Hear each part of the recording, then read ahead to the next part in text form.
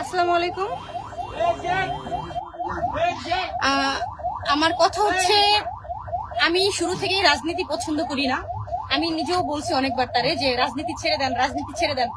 রাজনীতি আসলে, রাজনীতিতে যে উপকারের বদলে, মানুষের উপকারের বদলে অপকার বেশি হয়। হ্যাঁ, তাহলে সেই ক্ষেত্রে আলোমতো ঘোষণা দিচ্ছে সে রাজনীতি ছেড়ে দিচ্ছে। রাজনীতি ছেড়ে দিয়ে কি তার ভালোভাবে জীবনযাপন করার কোনো অধিকার নেই? বলেন, এটা কোনো কথা?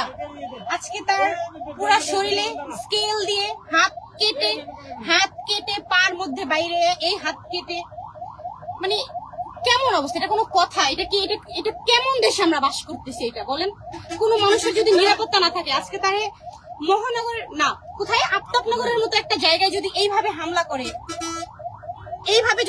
করে, কোনো জায়গা তারা বাদ রাখে নাই।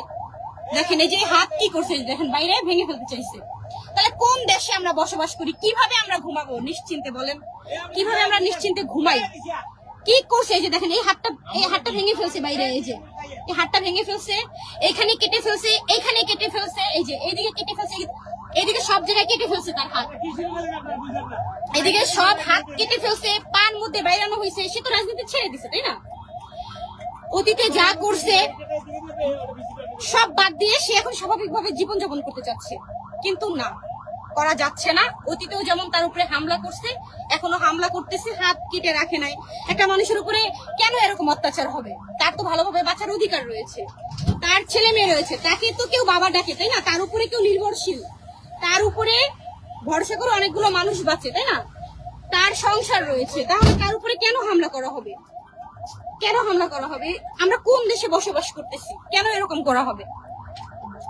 সে তো রাজনীতি ছেড়ে দিয়েছে।